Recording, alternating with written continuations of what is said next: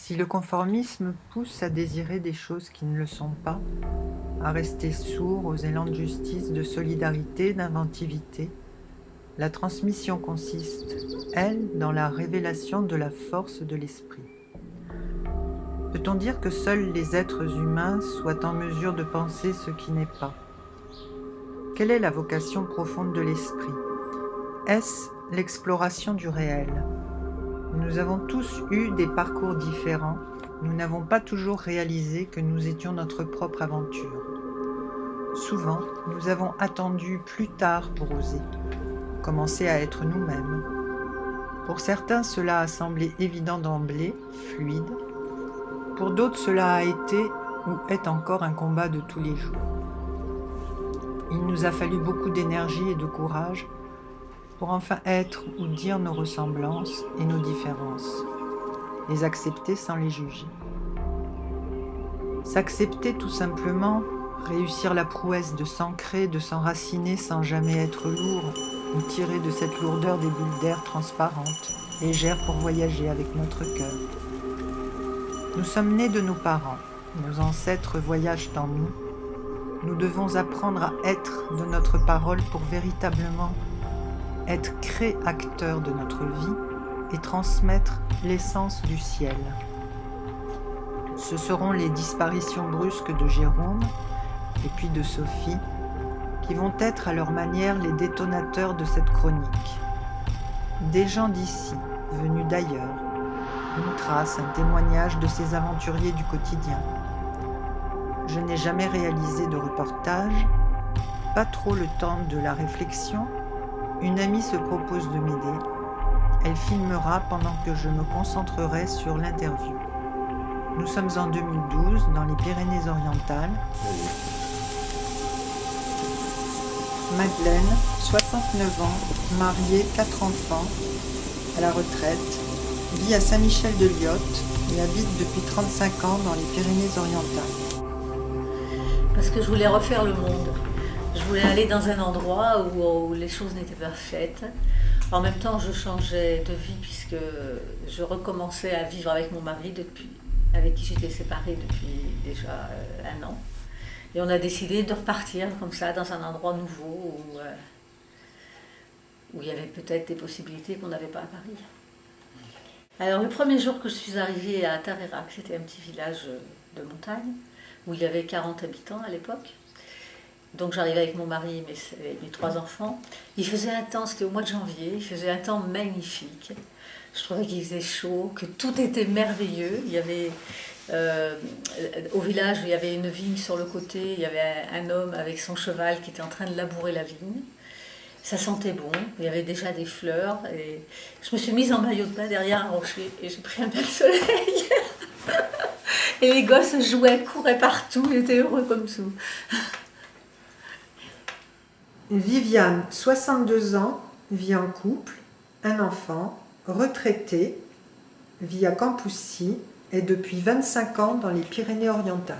Je ne suis pas venue déjà de mon lieu d'origine parce que j'ai quitté Paris en 1974 et je suis venue vivre dans la région de Montpellier. Ensuite, j'ai été vivre dans l'Aveyron et je suis venue de l'Aveyron qui n'est pas mon lieu d'origine. Donc je suis venue vivre ici parce que je suis venue voir ma sœur en vacances et l'endroit m'a séduit par son côté méditerranéen, chaud, venté. J'aime bien le rocher et j'aime bien les coins sauvages. Le premier jour où je me suis décidée de venir vivre à Campoussy, je peux dire que c'est le jour qui me reste le plus marqué parce que c'était en plein hiver, il faisait très froid, il y avait encore de la neige, le ciel était gris et malgré ce paysage qui n'était pas très accueillant, je me suis décidée d'acheter la maison où j'habite maintenant parce qu'on était dans un environnement très dépouillé et très sauvage et c'est ça qui m'attire. Jocelyne, 64 ans, divorcée, 4 enfants, Retraité, vit à Sournia depuis 15 ans. Dire un virage à 180 degrés concernant la carrière professionnelle, concernant la vie conjugale. Ça m'a amené à quelques années de galère, on va dire, dans la région parisienne. Et à l'âge que j'avais, donc il y a 20 ans de moins, bien difficile de retrouver une situation. Donc les difficultés s'aggravaient. Et je me suis dit que, vous savez, la chanson de Charles Aznavour, « Emmenez-moi au bout de la terre, la misère serait moins pénible au soleil », je me suis dit pourquoi pas, on peut toujours essayer, j'avais plus rien à perdre. Donc j'ai vendu ce que j'avais, mon appartement, et puis j'ai cherché une maison dans la région.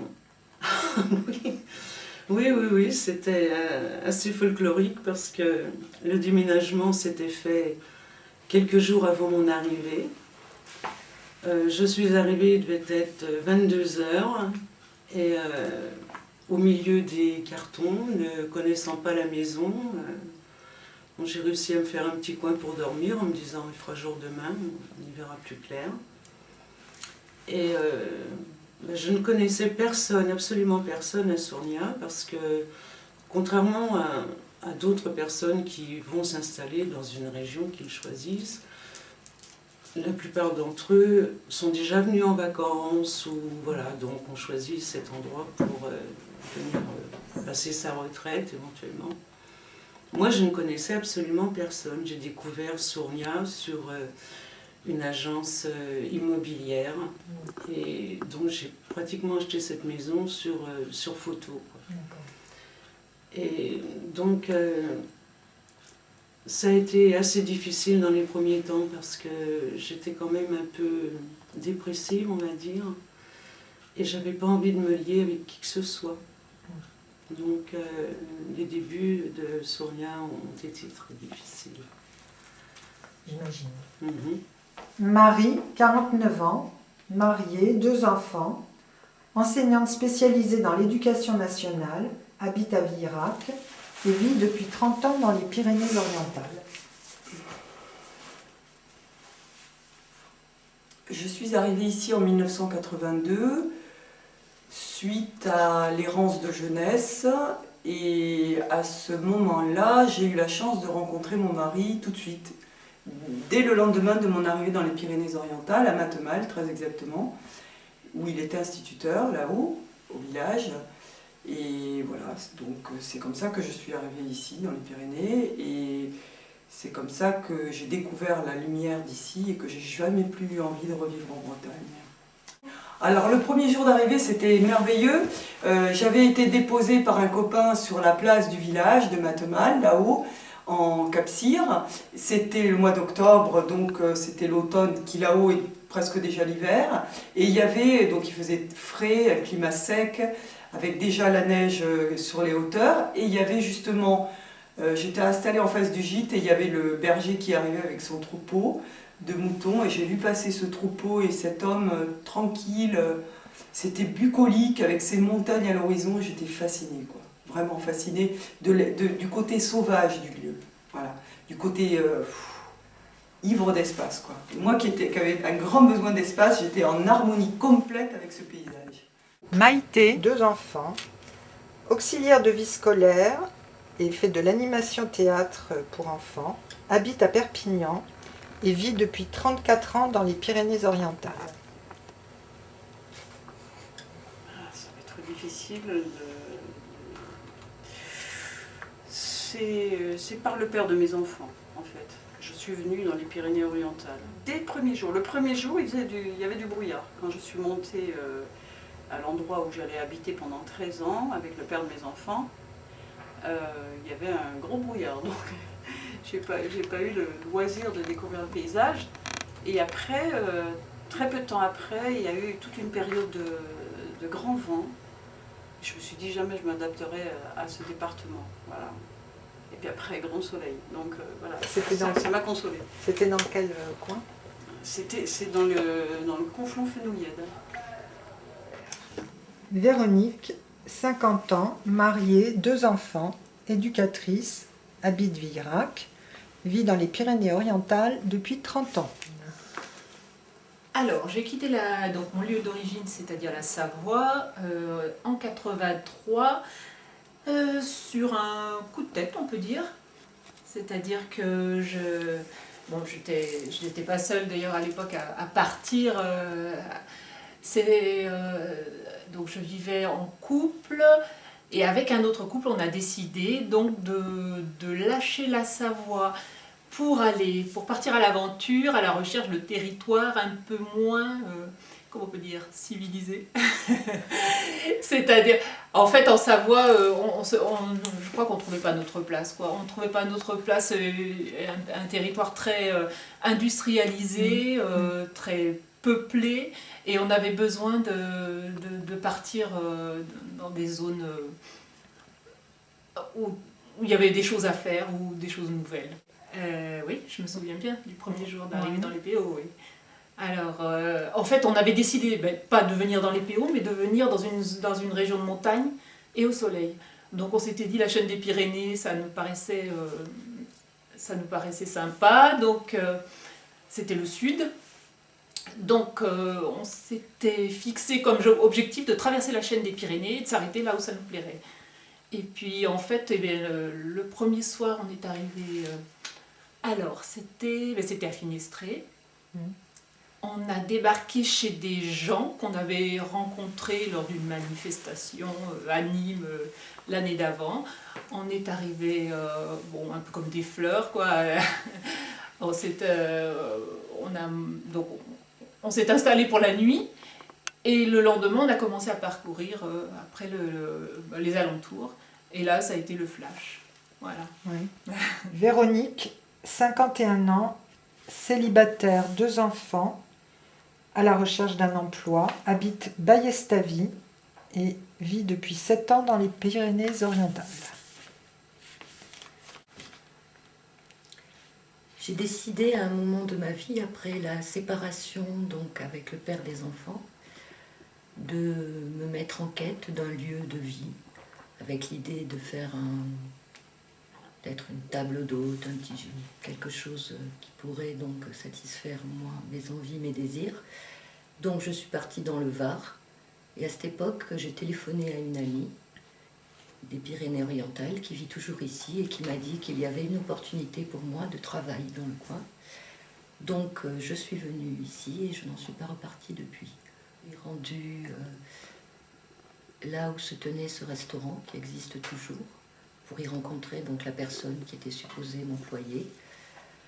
Je l'ai rencontré après un petit instant, je crois que c'était fermé à ce moment-là, c'était en travaux encore. Donc je me suis baladée, je suis allée un petit peu traîner dans le coin pour essayer de voir ce qu'il y avait comme possibilité de logement et autres, puisque j'étais bien décidée à rester par là. Donc je me souviens bien de ce jour, d'autant que c'était un 15 août, qu'il y avait beaucoup de monde. Et vous venez d'où à l'origine? Donc de Cannes, où il y a aussi beaucoup de monde, et c'est un peu ça que je souhaitais quitter, l'espace. C'est-à-dire que dès qu'on arrive par l'autoroute à un endroit qui indique déjà la vue sur le Canigou, plus région Languedoc, non c'est pas la région Languedoc, enfin peu importe.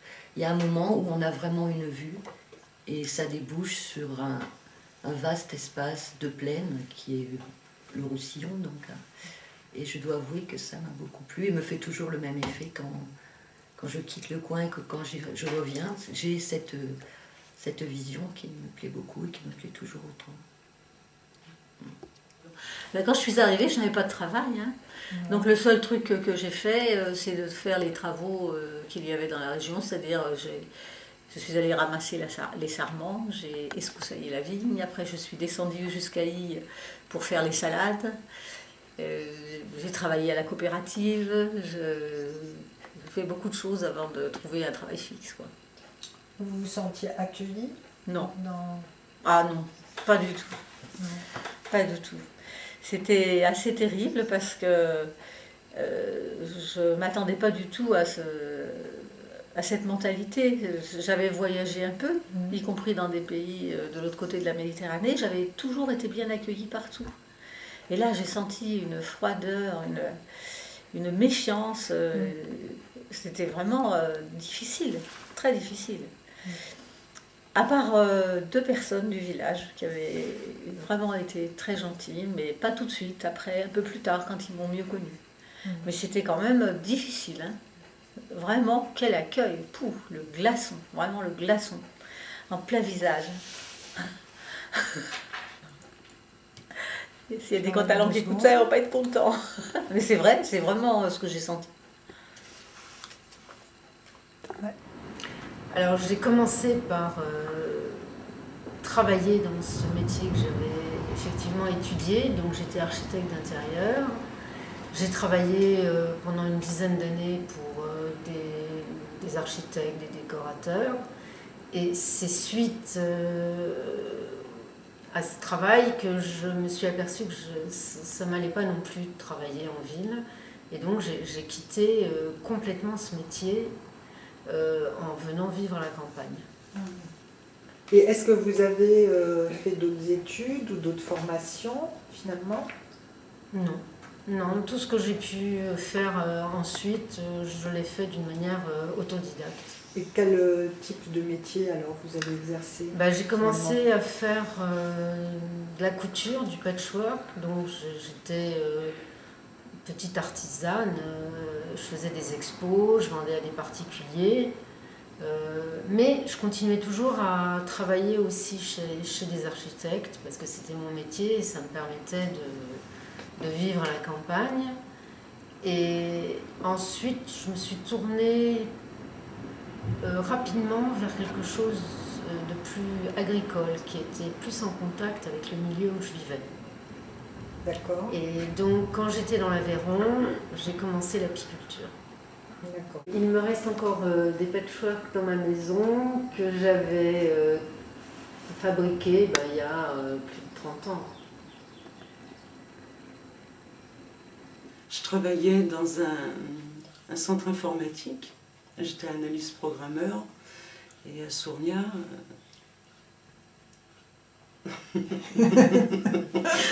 oui.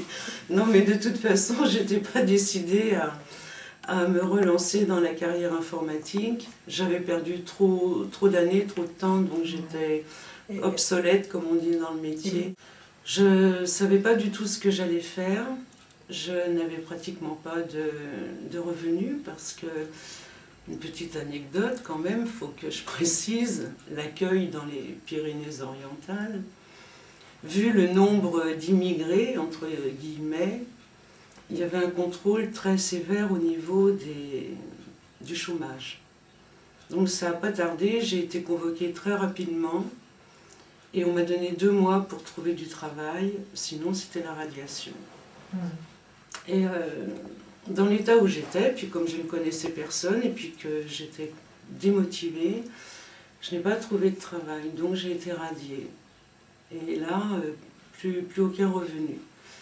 Et j'ai eu la chance de rencontrer un couple d'amis ici, des gens charmants, qui m'ont pris sous leur aile, c'est vraiment ce qu'il faut dire, ils m'ont pris sous leur aile, et ils m'ont aidée, et j'ai pu, par leur intermédiaire, occuper des postes de remplacement au CAT. Alors quand j'ai rencontré mon mari, qui était déjà enseignant dans l'éducation nationale, j'ai trouvé au fil des années où j'ai vécu avec lui que c'était un métier passionnant.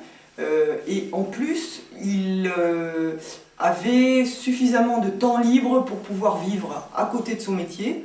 Même si les jours de travail étaient fatigants, il y avait quand même des moments, notamment les 2 mois d'été, on pouvait faire plein de choses, les petites vacances. Et j'ai trouvé que c'était un métier très équilibré entre le temps de travail et le temps libre.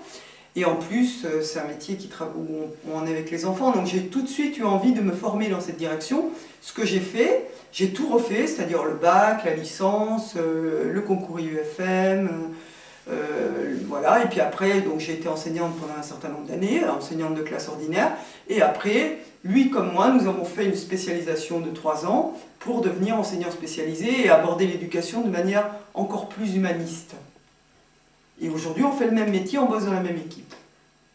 Non, pas du tout. Bah, c'est-à-dire, à l'époque, bon, moi, j'avais pas terminé mes études, hein, donc j'avais commencé des études de géographie que j'avais pas terminées. Bon, en Savoie, j'avais travaillé en usine, en cafétéria, enfin, bon, j'avais fait divers boulots. En fait, j'avais pas vraiment de métier ou en vue. J'avais simplement, voilà, quand j'avais besoin, je travaillais. Puis après, je faisais des choses qui m'intéressaient, notamment voyager à l'époque. Donc voilà, quand je suis arrivée là, j'avais pas de métier entre les mains, quoi. Un vieux rêve de bergère, peut-être, mais enfin rien de bien concret. Non. Est-ce que... Quand vous étiez là-bas?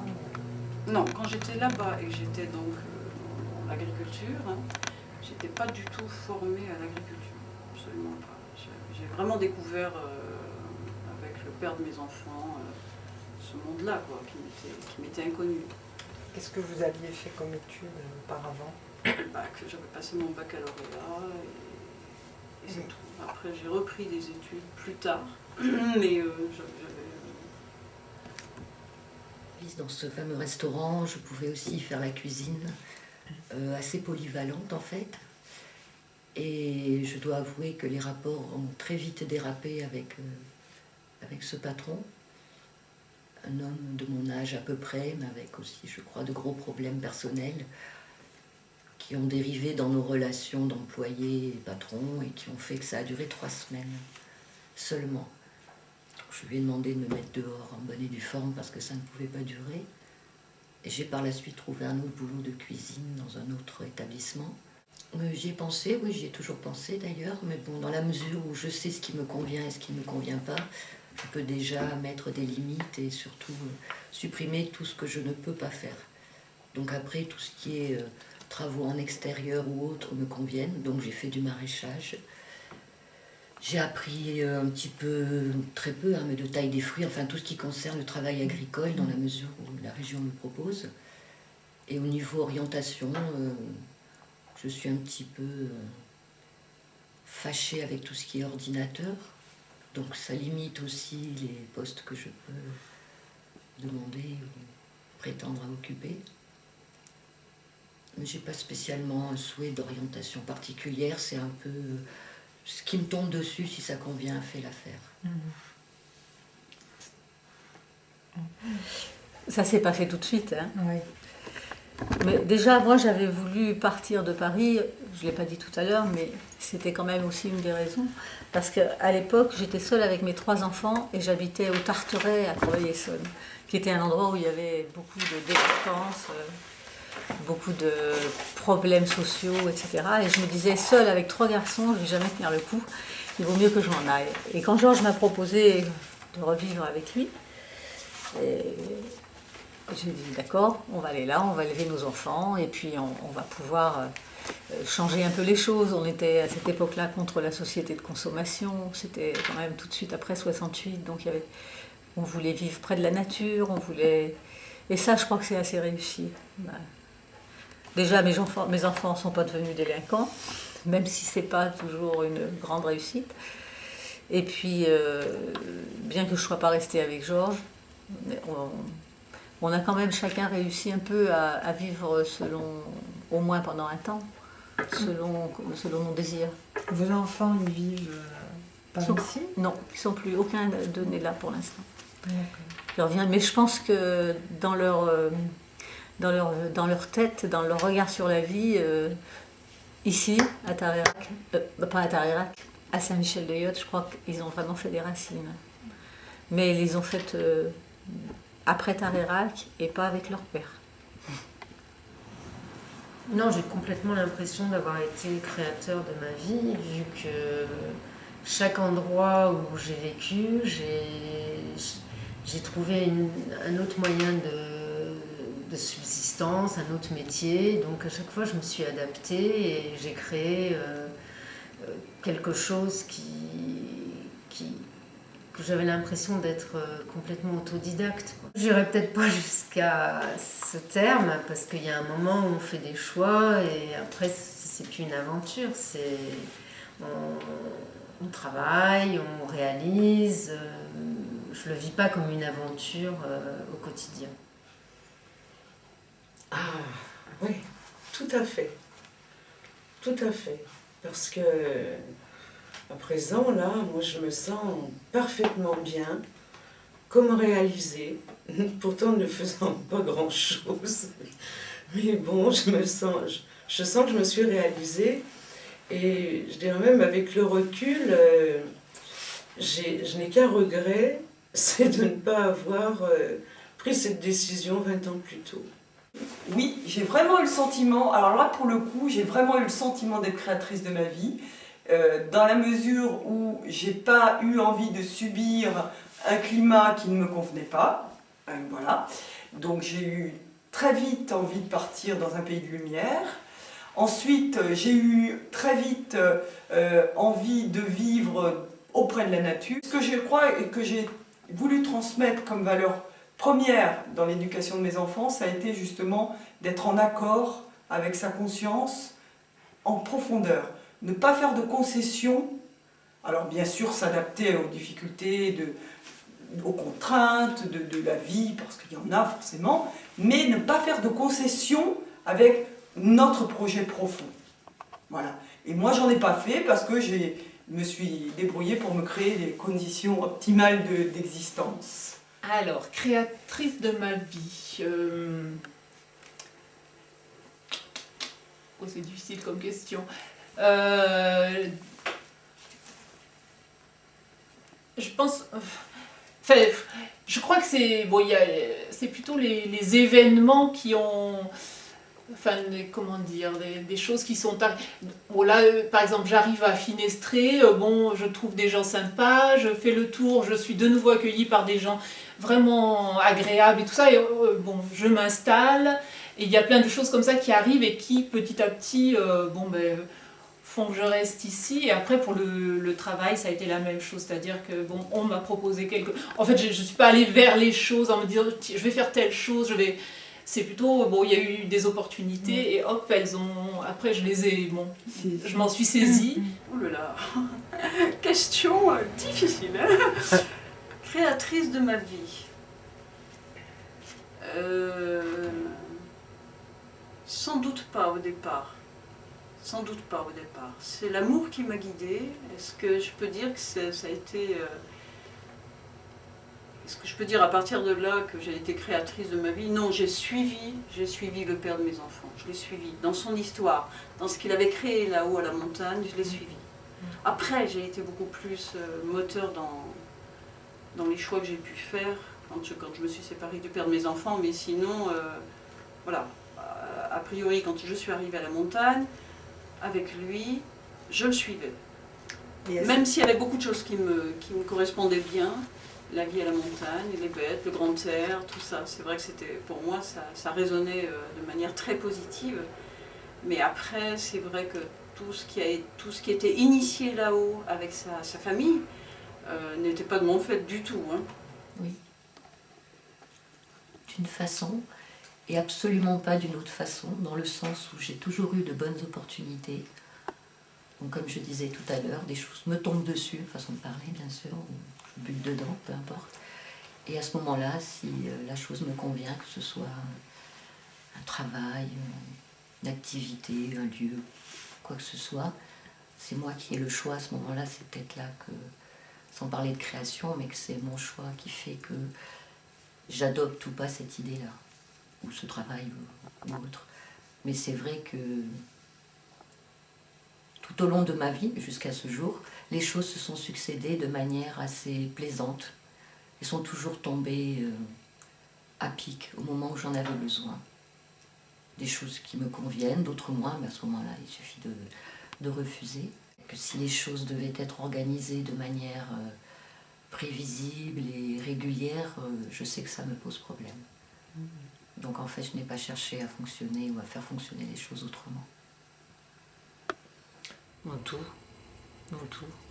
Quand je suis libre. Parce que parfois je peux me sentir complètement en dehors des gens. Ça dépend vraiment lesquels. Non, je n'ai pas de... Non, c'est des gens les gens avec qui je me relie, c'est des amis de très longue date, ou c'est des rencontres avec mon métier. Mais non, je fais partie d'aucune association militante. Ou autre, pas forcément militante. Ça peut être une association. Non, parce que déjà, le travail que je faisais ne me permettait pas d'avoir beaucoup de temps. Et donc, j'étais prise par un rythme qui faisait que j'avais pas trop de disponibilité. Parce que j'avais un travail où je travaillais la semaine et le week-end. Donc, Pas assez. Pas assez de temps. Puis, depuis quelques temps, pas très longtemps, à peu près 18 mois, je fais partie d'une association de randonnée pédestre. Donc j'ai l'occasion là de rencontrer des gens très sympathiques.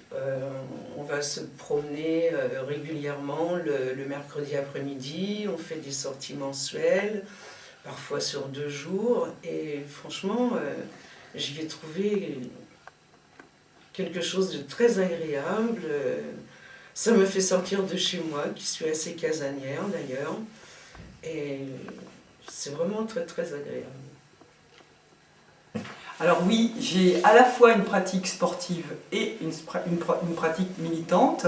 Sportive dans la mesure où ça fait depuis 1994 que je suis dans un club de Qigong, de gymnastique chinoise traditionnelle.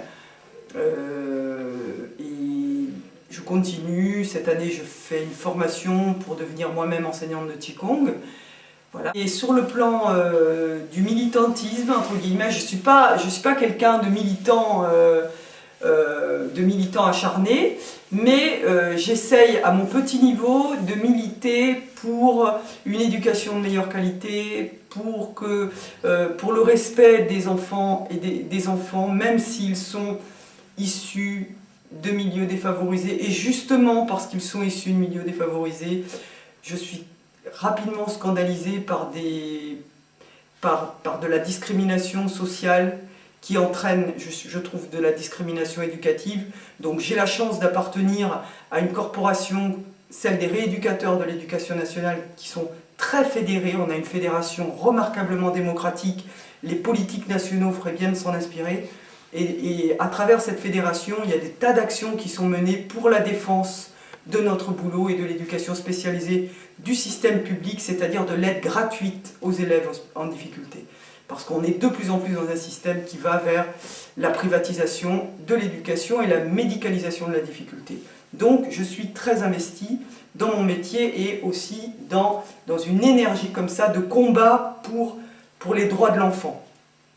Mais à mon petit niveau, hein, évidemment, je dis les droits de l'enfant, mais c'est à mon petit niveau. On est quelques-uns dans le département, on n'est plus que 11 hein, dans notre association catalane des rééducateurs de l'éducation nationale, mais au niveau de la Fédé, on est encore nombreux, quoi, au niveau national. Et on compte bien se reproduire. Ben oui, enfin, il y a plusieurs versants, quoi, oui, donc un peu associatif, bon... il y a beaucoup, bon, l'aspect sportif, bon, tout bien que je ne sois pas une grande sportive, mais bon, autour de l'escalade, c'est vrai qu'on a tout un réseau d'amis et autour de cette pratique-là, l'escalade, autour de la randonnée aussi. Après, il y a autour du professionnel aussi, hein, avec les collègues. Et puis après, je sais pas, c'est la vie. Je sais pas, tout un réseau de personnes qu'on fréquente aussi parce que à un moment on s'est retrouvés autour de pratiques militantes. Alors oui, on peut dire militante. Bon, moi je pense à la MAM notamment, et donc des gens que... Bon, maintenant la MAM, l'Association pour le maintien de l'activité en montagne, n'existe plus, mais là on a rencontré, dans cette association on a rencontré plein de gens, et c'est des liens qui durent et qui restent, quoi, et qui reste fort. Donc, puis après, bon, moi, militante, bon, un peu, avec Attaque, bon, actuellement, c'est un peu le stand-by pour moi, mais bon, c'est des choses, oui, qui sont là, quoi. Depuis quelques années, donc, je vis en ville. Évidemment, la vie en ville favorise les contacts, hein, beaucoup plus. Je fais partie, je suis même présidente de l'association de l'ensemble vocal que dirige mon ami. Je fais partie d'une équipe de théâtre. Ça s'appelle comment? C'est le théâtre au conservatoire. C'est un choix du metteur en scène et du metteur en scène et comédien de prendre des gens de tous âges. En fait, il prend des gens très jeunes, hein. Il y a un jeune homme de 14 ans et il prend des gens de notre âge, 5 ans. 7 ans. On est les plus âgés avec Olivier. Oui, la seule que j'ai trouvée pour l'instant et que je poursuis est la pratique du Qigong et du Tai Chi dans une association de Prades. Ça s'est fait un jour de démonstration de cette pratique, donc c'était une démonstration de Tai Chi. Et j'ai apprécié cette lenteur de mouvement, moi qui étais plutôt excitée, speed comme on dit, et quelqu'un de toujours un peu à voler dans tous les sens. Et en fait, je suis en moi très lente. Donc cette façon de pratiquer des exercices m'a convenu à l'œil dans un premier temps. Je me suis donc inscrite et j'ai pratiqué dès la rentrée Qigong et Tai Chi, et ce pour la 6e année maintenant. Et j'y trouve un grand plaisir, beaucoup de satisfaction et de bien-être. Transmettre, c'est d'abord transmettre. Transmettre moi, je n'ai pas fait d'études, par exemple, mais j'ai appris d'autres choses à travers ma vie. C'est transmettre une part de ce qui fait qu'on peut vivre quelque part et qu'on peut respecter les autres. Moi, éduquer, c'est d'abord transmettre, oui. Et puis un petit peu pousser pour que eux, ils puissent... enfin, ça, c'est peut-être dans mes rêves, parce que c'est pas forcément comme ça que ça s'est fait. Eux, c'est vos enfants? Mes enfants, que eux, ils aient des moyens d'aller plus loin que ce que j'ai pu faire. Ce qui n'est pas sûr non plus toujours que ça marche, parce que la société aussi change. Et puis parce que malheureusement, quand on veut éduquer ses enfants, on peut faire le mieux qu'on peut, on ne fait pas forcément bien. Transmettre. Je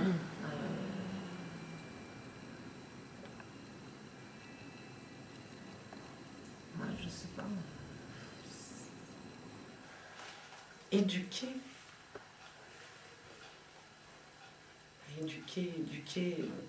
Oui, enfin, ça me fait penser déjà aux enfants que l'on doit éduquer pour apprendre à devenir des humains respectables, respectés, essayer de leur donner une situation aussi, ça fait partie de l'éducation. Éduquer. Oui, j'espère qu'on a tous été éduqués, d'ailleurs. Des fois, on peut se poser la question, mais de tout ce qu'on voit, mais oui, éduquer, oui. Éduquer les enfants, pour moi, c'est ça, éduquer. Éduquer, ça fait partie de ma vie, hein, vraiment, profondément.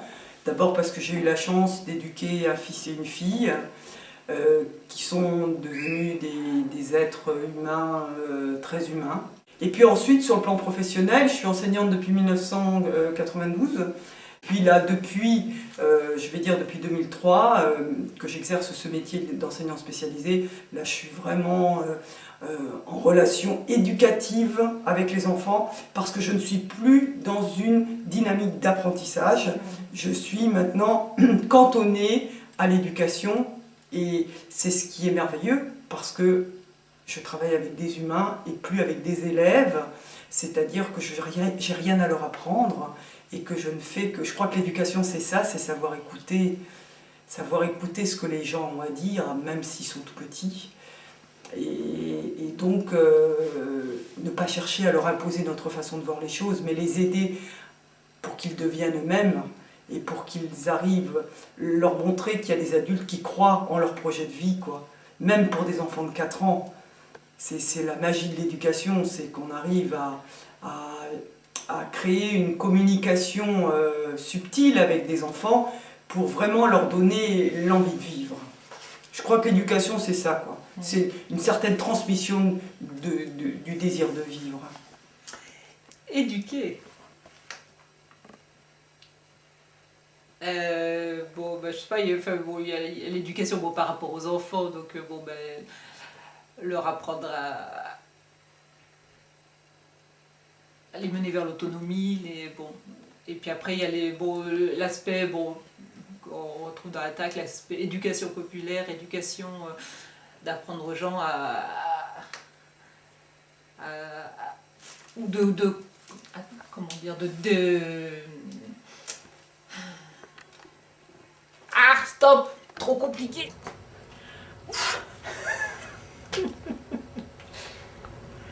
Éduquer, donner des clés à des enfants, hein, si on parle d'enfants, bien sûr. Hein. Pour réussir, mais que veut dire la réussite, hein? C'est donner des clés à des enfants. Enfin, bon, actuellement, moi, je m'occupe d'enfants qui sont en difficulté scolaire. Donc, c'est leur donner les moyens de se trouver déjà eux.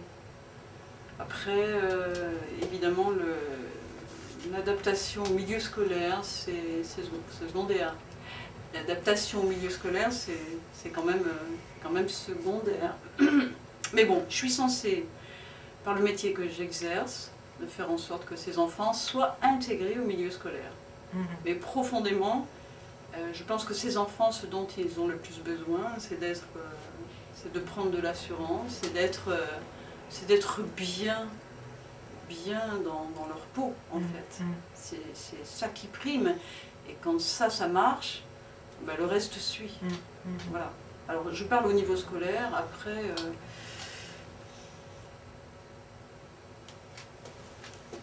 au niveau scolaire et au niveau d'enfants qui ne sont pas mes enfants, mes propres enfants, si je dois répondre à une question concernant l'éducation de mes enfants, c'est encore autre chose. Hein.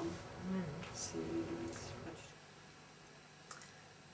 tout. Éduquer, donc on va parler d'éducation générale, sans rentrer dans le détail ni éduquer des enfants ou des adultes ou autre à quelque chose. Éduquer, c'est donner les bases d'une forme de vie donc qui est propre à soi, mais en même temps qui peut permettre à l'individu que l'on éduque de se trouver une place au sein d'une société, ou au moins d'avoir des bases générales de façon à pouvoir se créer, se positionner, avec donc une éducation qui a pu être donnée et une possibilité donc d'en modifier certaines données. Après, c'est le travail de chacun, une fois qu'il a été éduqué, d'opérer et de choisir sa façon de vivre, d'entamer une démarche quelconque. Donc éduquer, pour moi, ça implique... au niveau des enfants, bien sûr, que cela commence assez petit. Et je pense qu'il faut donner de manière objective tout ce qu'on peut donner comme, toujours pareil, comme choix, comme possibilité, sans trop de restrictions, mais avec, évidemment, propre à la personne qui éduque, ses idées, sa morale, qui fait qu'on est conscient qu'on va aider quelqu'un. Sans imposer, sans essayer d'imposer. Pour le réfléchir, certes, pour le dire, je pense que ça sera assez compliqué. La phrase qui me vient, c'est « l'essentiel est invisible pour les yeux », c'est pas original, mais c'est tout de suite ce qui me vient.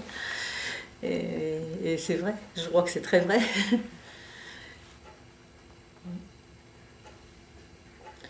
L'invisible, le non-dit.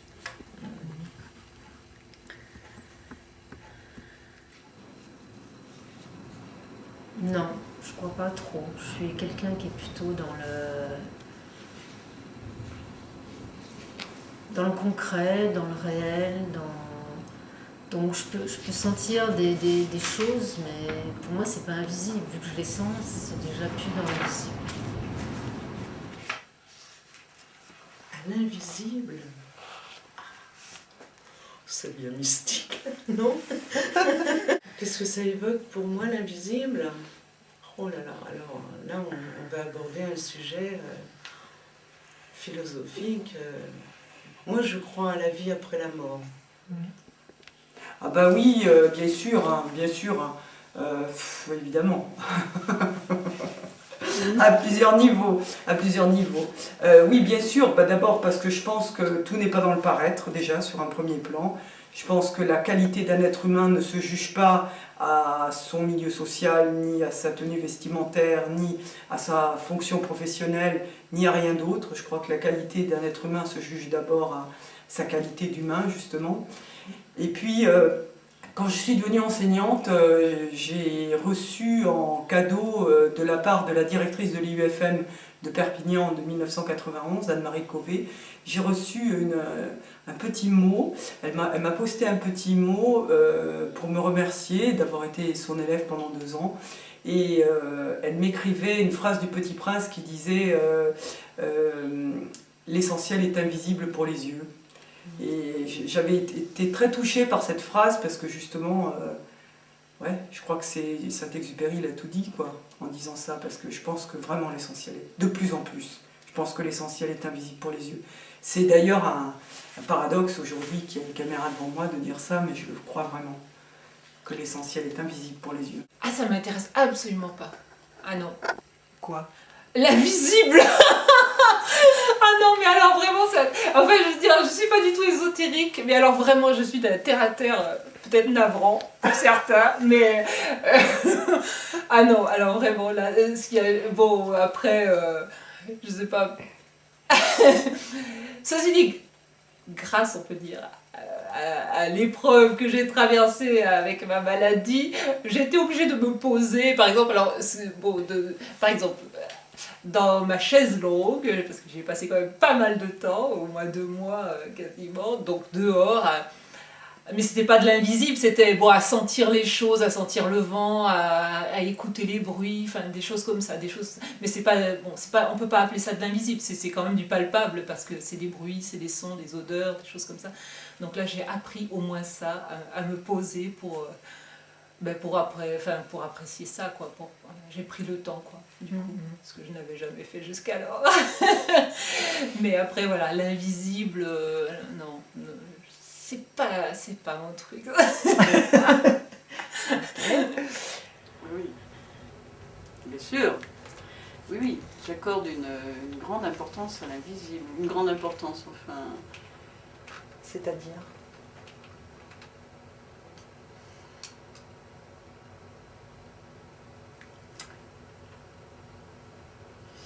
Je suis croyante. Oui. Donc, je suis croyante et... alors, à l'époque où je vivais dans la montagne, j'étais en contact avec la nature et voilà, est-ce qu'on peut parler d'un monde invisible? Non, puisque dans la nature, on voit des choses, on s'en réjouit. Bon, voilà. Après, derrière, je ne sais pas. Je pense que c'est difficile de répondre à ça. Oh, c'est très difficile. Oui, je crois en l'invisible, c'est tout ce que je peux dire. Mais je pense qu'on est, en fait, parce qu'on a perdu le contact avec la nature, on a perdu le contact avec tout ce qui est surnaturel. Voilà. En gros, c'est ce que je pense. Et qu'on a un long chemin à faire pour faire en sorte qu'on puisse retrouver ce que peut-être les gens autrefois, il y a très longtemps, avaient de manière très, très spontanée et très naturelle, parce qu'ils avaient ce contact avec la terre. Voilà, qu'on a perdu, je pense. Vraiment. Oui. Oui. Dans la mesure où justement ça n'est pas visible, donc il y a nécessairement une existence comme dans tout, hein, le oui, le non, tout ce qui n'est pas la lumière, le sombre invisibilité. Parce que ça laisse aussi une grande part à l'imaginaire et que ça fait du bien de ne pas toujours avoir les yeux occupés, parfois pollués par certaines choses. et que surtout ça laisse à l'esprit une grande marge de fonctionnement. On pourrait en parler peut-être beaucoup plus longtemps, mais bon, je pense que pour l'instant, j'accorde une part à l'invisible importante. Donc, les choses qui ont fait que je suis venue, que je suis partie comme ça de l'endroit où j'étais née, sont très liées à l'enfance. C'est très très lié à l'enfance. Donc, dans d'autres circonstances, je serais peut-être venue dans cette région, mais certainement pas de la même manière. C'était quand même effectivement une aventure quand même, d'arriver ici sans connaître personne, en ayant acheté une ruine où il y avait des trous dans les murs, où il y avait un morceau de toit cassé, avec seulement 1 mois de location possible. Donc je pense que si j'avais eu une autre vie, d'enfant, si au départ les choses avaient été différentes, je serais partie peut-être un petit peu, peut-être à l'aventure, mais d'une façon plus confortable. C'est certain. C'est un peu présomptueux de dire ça. Disons que ma vie m'a menée, j'ai mené ma vie, mais je ne peux pas dire que j'ai réussi. J'ai pas ce sentiment, j'ai pas cette impression. J'ai eu des moments où j'ai été très exaltée, gratifiée, mais j'ai eu aussi des moments de grand doute, de lassitude. Donc voilà, j'ai pas un sentiment comme ça. Oui, complètement même. Ouais. Vous feriez le même Ouais. parcours? Sûrement différemment, parce qu'avec la conscience de celui qui a déjà été fait. Mais non, je regrette pas du tout d'avoir fait ces choix. J'y suis venue, j'avais pas de projet. En fait, c'était plus une fuite, hein, comme je l'ai dit précédemment. Je me sentais plus bien du tout là où j'étais. J'ai voulu voir autre chose. Bon, je m'attendais à quelque chose de merveilleux parce que l'environnement, il n'y a pas à en faire la publicité. Donc vous referiez le même choix? Ah oui, absolument. Oui. Ah oui, absolument. Oui. Oui, oui. Et puis cette région aussi chargée d'histoire, parce que c'est pas un hasard si je suis venue là, j'ai eu un coup de foudre. Et c'est tout bête. Je regardais une émission à la télévision et il y avait toujours un petit reportage sur une région de France. C'était vu d'hélicoptère. Et ce jour-là, on survolait le château de Perpertuise. Et j'ai regardé ça, c'était superbe, c'était magnifique. Et j'ai eu un coup de cœur, je me suis dit, il faut que j'aille là, il faut que j'aille vivre là, par là. Et donc, quand j'ai commencé à chercher, je suis allée à Perpertuise. Et bon, j'avais trouvé une très jolie maison, un corps de ferme superbe, au pied de la falaise, là, avec Perpertuise au-dessus. Mais bon, c'était un peu... ça dépassait mes possibilités. Donc, il a fallu que je me rabatte sur quelque chose de plus modeste. Mais c'est Perpertuise qui m'a amenée ici. Les châteaux cathares. C'est chargé d'histoire, la région. On parlait d'invisible, il y a quelque chose d'invisible ici.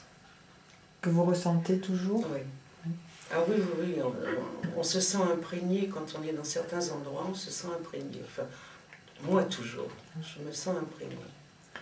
Je referai la même chose. La même chose. Ah oui, vraiment, aucun regret, jamais, jamais, mais le premier jour où je suis arrivée là, je savais que je resterais et je savais que mes racines, elles étaient là, quoi. Bien que culturellement, c'était normalement pas ça, mais je me suis sentie d'ici complètement. D'abord, je me suis toujours sentie méditerranéenne, bon, bien qu'il n'y ait pas vraiment de raison rationnelle à ça. Et puis, non, j'ai toujours, vraiment, j'imagine même pas de pouvoir retourner ailleurs. Enfin ailleurs, du moins, bon, par exemple en Savoie, ou même de partir d'ici. Enfin, pour l'instant, il n'y a aucune raison objective pour que je le fasse, et vraiment, ça, je me sens d'ici, quoi. Je crois que je n'imagine pas que je puisse avoir eu une autre vie. Voilà, c'est vraiment c'est pas que le chemin était tracé de cette façon, parce que je suis allée, j'ai travaillé dans beaucoup de domaines, j'ai rencontré des gens de milieux très différents, et je pense que ça pouvait pas être autrement. Voilà. Mais si on se réfère à ce que j'ai dit tout à l'heure, on pourrait estimer que je n'ai pas réussi du tout. Mais en fait, oui, je suis totalement satisfaite. Puisque bon, cette chose-là ne s'est pas faite par hasard, hein, cette cessation d'activité, je dirais, et m'a permis donc d'autres rencontres, d'autres points d'intérêt qui m'ont beaucoup apporté concernant des sujets qui me passionnent, à savoir les plantes, tout ce qui touche aux pierres, à la roche. Donc je dois avouer que dans ce domaine, le lieu me satisfait amplement. Donc je suis convaincue qu'il y a quelque chose de réussi, qui n'est pas terminé d'ailleurs. Non, je mets vraiment à part le côté professionnel qui ne m'accapare pas plus que ça l'esprit. Je dis honnêtement que c'est d'argent dont j'ai besoin, pas de travailler. Mes journées sont largement occupées à du travail, que ce soit fournir du bois au poêle ou tout ce qui peut concerner la cuisine, la tenue d'une maison, l'éducation des enfants qui sont adolescents pour l'instant, plus des activités qui m'apportent beaucoup de satisfaction. Partir en balade comme ça, sans l'avoir prévu 15 jours à l'avance, se lever le matin, regarder autour de soi et apprécier ce qui est là. Dès que j'ai fini de faire ou de boucler un projet, j'ai toujours... Ah ben là, j'en ai un très proche, je vais partir, pour la première fois, je vais partir en vacances toute seule, chez une amie. Je vais aller à la Guadeloupe et à la fois je suis très contente et en même temps je m'aperçois que j'ai plus... quand j'étais plus jeune, je n'avais pas le sens du danger. Maintenant, je l'ai. Et c'est l'âge.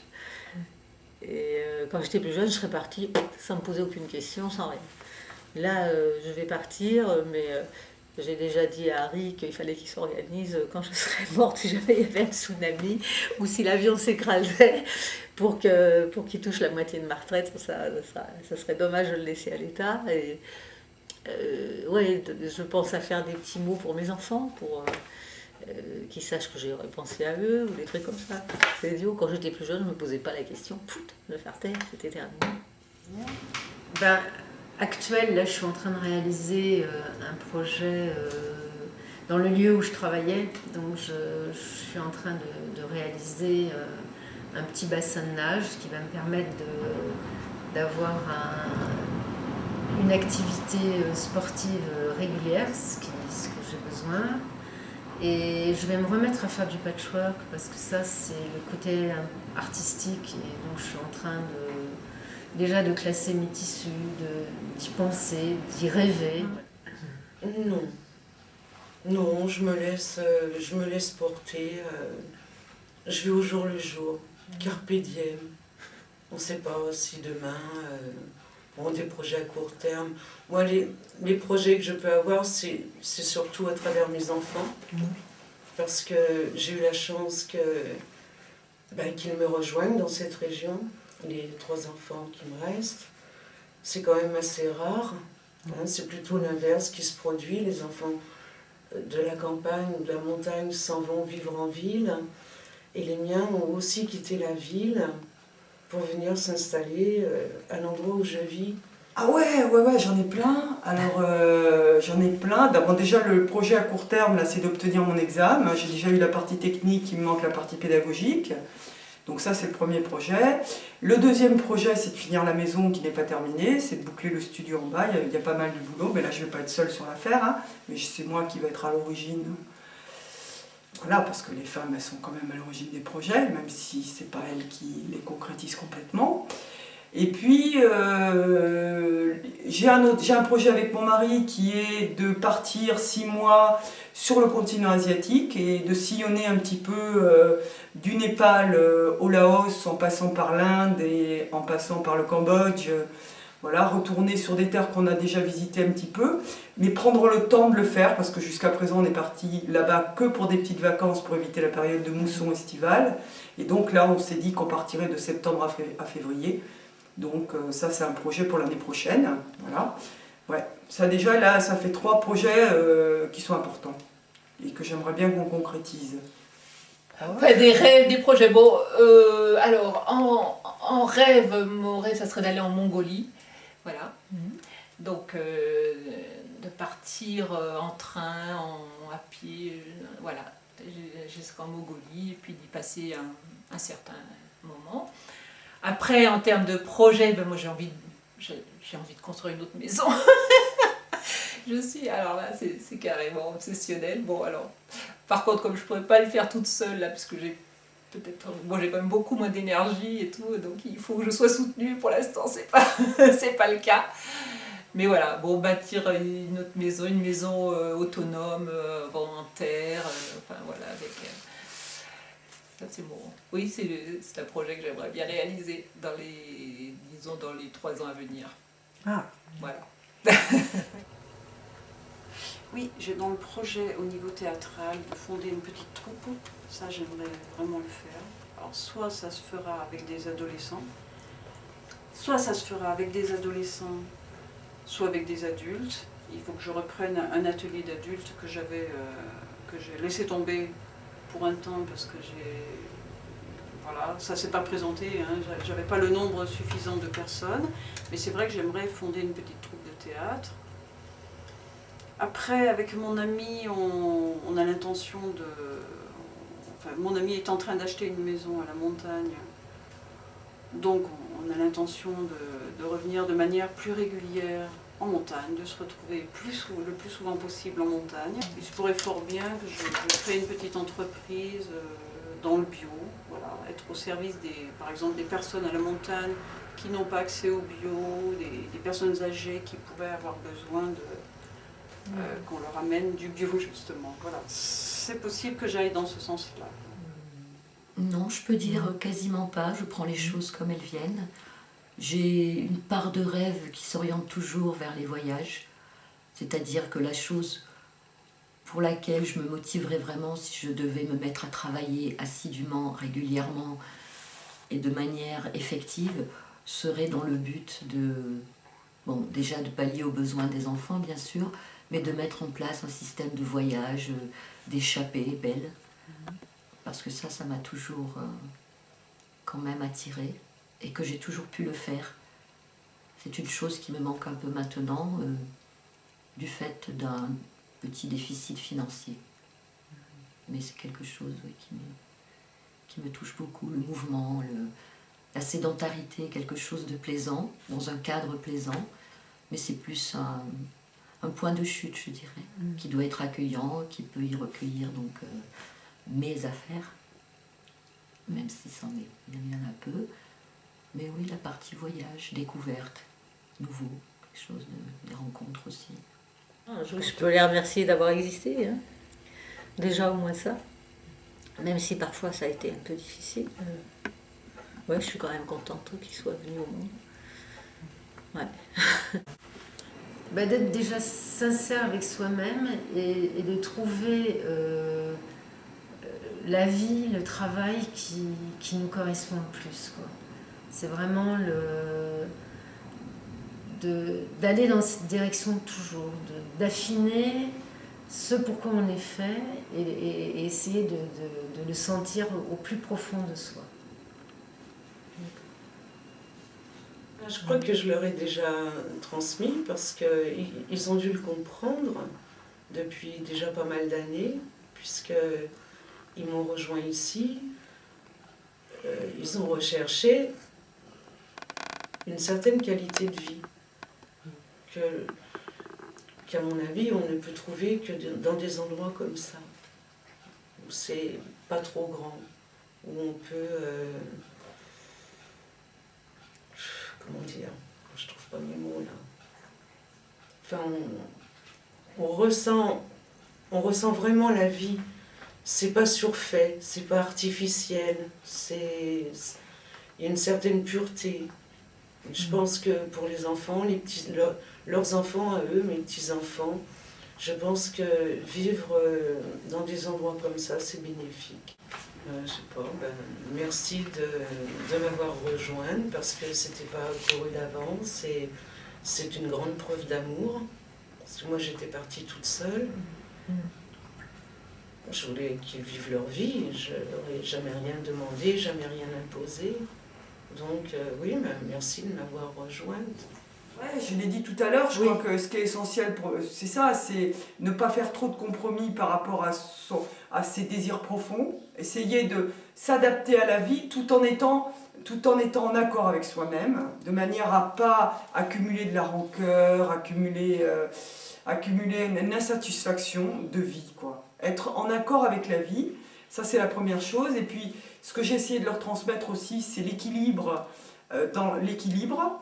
C'est-à-dire que, bon, à travers... ils ont toujours connu la paix à la maison, et puis ils ont eu la chance d'avoir un père et une mère qui s'entendent bien.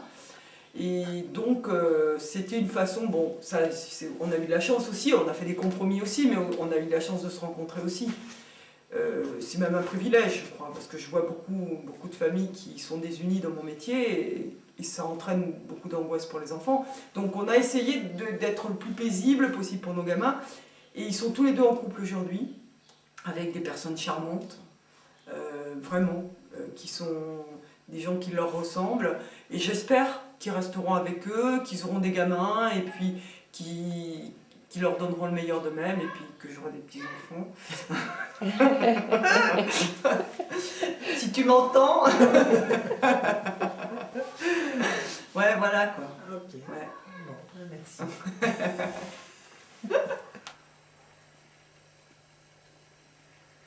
Bon, je crois que la seule chose essentielle, c'est le goût de la vie. Alors après, tout le reste, après, c'est... Enfin, à partir du moment où on y croit, où on a le goût, on est... je sais pas, dans une espèce d'optimisme et avec de l'espoir quelque part. Bon, on peut tout faire, je pense. Donc voilà, je crois que pour mes filles, c'est ce que je leur souhaite. Hein, après, transmettre, je sais pas si j'arrive... Bon. Oui. Voilà, je ne sais pas si j'y arriverai, si ma façon d'être et de vivre en témoigne, mais en tout cas, bon voilà, c'est ce que j'aimerais qu'elles aient au fond d'elles. Ok, ben merci. Et voilà, super. L'amour. L'amour, c'est à la fois vaste et c'est... Je ne me vois pas donner d'autres réponses. L'amour des autres. Enfin, pour moi, c'est essentiel. Hein. D'ailleurs, dans l'éducation que vous avez posée tout à l'heure, voilà, éduquer, c'est éduquer à ça, c'est éduquer à l'amour. Et c'est pas évident. On est dans un monde de violence et c'est pas évident. Voilà.